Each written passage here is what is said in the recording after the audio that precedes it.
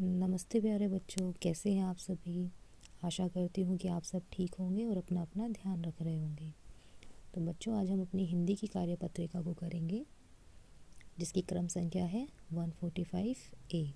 Okay, आज दिनांक है 30/12/2021। हम अपनी कार्यपत्रिका को करेंगे, व्याकरण की कार्यपत्रिका है, जिसका शीर्षक है पत्र लेखन। ठीक है,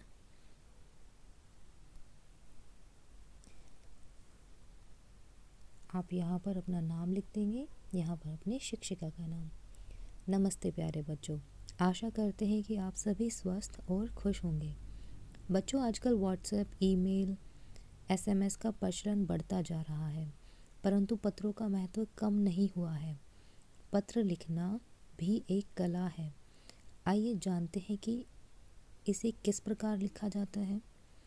तो पत्र दो प्रकार के होते हैं। कितने प्रकार के? दो प्रकार के, औपचारिक पत्र और अनौपचारिक पत्र। अब ये दोनों क्या होते हैं? औपचारिक पत्र, इस प्रकार के पत्र हम प्रधानाचार्य, व्यापारी, संपादक आदि को लिखते हैं। ठीक है। और अनौपचारिक पत्र, इस प्रकार के पत्र हम अपने मित्र, चाचा, माता पिता, भाई बहन आदि को लिखते हैं। मतलब जिससे हमारा क्लोजेस्ट रिलेशन होता है, उनसे हम अनौपचारिक पत्र लिखते हैं। और जो ऑफिशियल लोग होते हैं, जैसे आपके सर, आपकी मैम, आपके प्रिंसिपल सर, व्यापारी, संपादक, इन सब को हम औपचारिक पत्र लिखते हैं। बच्चों, जैसा कि आप सब जानते हैं कि कोरोना वायरस के चलते पूरे भारतवर्ष में लॉकडाउन घोषित कर दिया गया था। अब हम लॉकडाउन के बारे में सोचते हैं तो हमारे दिमाग में कुछ शब्द या वाक्यांश आते हैं, जैसे मास्क, बंद, सामाजिक दूरी, सैनिटाइज़र, बार बार हाथ धोना, बुखार आदि। आइए बच्चों, आज हम इन्हीं शब्दों के साथ अपने दोस्त को पत्र द्वारा अपना अनुभव साझा करते हैं। अनौपचारिक पत्र होगा क्योंकि हम अपने मित्र को लिख रहे हैं। तो उसमें आप सबसे पहले यहाँ पर भेजने वाले का नाम, यानी कि अपना नाम लिखेंगे। आप ये सब कुछ नहीं लिखेंगे जो यहाँ पर लिखा है। ठीक है, बस आपको यहाँ अपना नाम लिखना है। यहाँ स्थान यानी कि दिल्ली। ठीक है, यहाँ दिनांक लिखनी है, आज की दिनांक यानी कि 30/12/2021। अब ये लिखना है प्रिय मित्र। आपके मित्र का नाम आप यहाँ लिखेंगे। ठीक है, उसके बाद पत्र शुरू करेंगे। तुम कैसे हो? आशा करता हूँ। अब जो भी लड़का इस पत्र को लिख रहा होगा, जो भी बच्चा, ठीक है, वो करता लिखेगा। जो भी बच्ची लिख रही होगी, लड़की लिख रही होगी, वो करती लिखेगी। ठीक है, आशा करती हूँ कि तुम ठीक होगे। इसके बाद अपना अनुभव आप बताना शुरू करिए।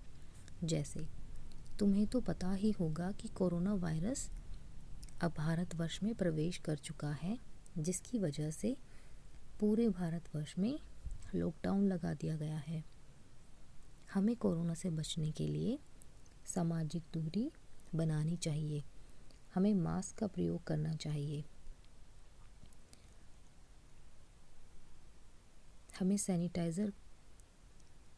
हमें मास्क और सैनिटाइज़र का प्रयोग करना चाहिए। हमें बार बार अपने हाथ साबुन से धोने चाहिए।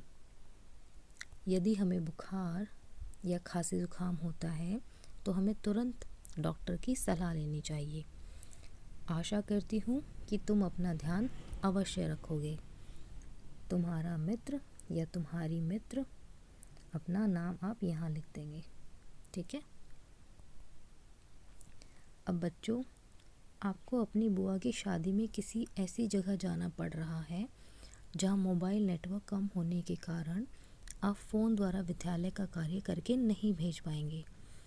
यह कारण बताते हुए अपने विद्यालय के प्रधानाचार्य जी को 1 सप्ताह के अवकाश के लिए प्रार्थना पत्र लिखिए। इसके लिए आप संकेत पेटी में दिए गए शब्दों का प्रयोग कर सकते हैं। कैसे कैसे शब्द? कक्षा, दिनांक, शादी, निवेदन, अवकाश, नेटवर्क। अब आपको पत्र कैसे लिखना है, सेम इसी पैटर्न में, पर लिखना कुछ और है। यहाँ आप लिखेंगे सेवा में,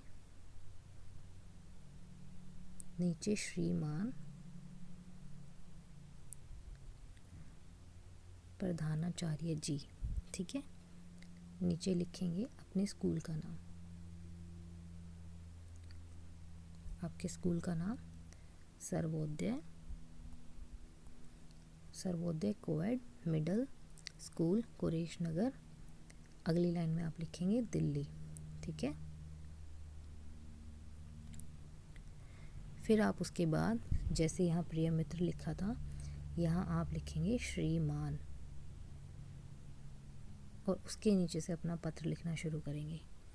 क्या लिखेंगे, श्रीमान, मैं आपके विद्यालय में कक्षा 4 का छात्र हूँ या छात्रा हूँ, ठीक है। फिर इन शब्दों का प्रयोग करके अपना पत्र बनाइए। जैसे मुझे अपनी बुआ के घर शादी में मुझे अपनी बुआ के घर दिनांक 31/12/2021 से और 5 जनवरी 2022 तक शादी में जाना है। फिर आप आगे लिखेंगे कि शादी, किसी भी गांव का नाम लिखो, शादी बरेली में हो रही है और बरेली में नेटवर्क नहीं आ पाएंगे, जिसकी वजह से मैं फ़ोन पर अपनी क्लास नहीं ले सकता और ना ही मैं अपना काम करके व्हाट्सएप ग्रुप पर भेज सकता हूँ। इसलिए मैं आपसे निवेदन करता हूँ कि आप मुझे 1 हफ्ते का अवकाश प्रदान करें। मैं जैसे ही शादी से लौटूंगा या लौटूंगी तब मैं आपको अपना काम पूरा करके भेज दूंगी, ठीक है। फिर नीचे लिखेंगे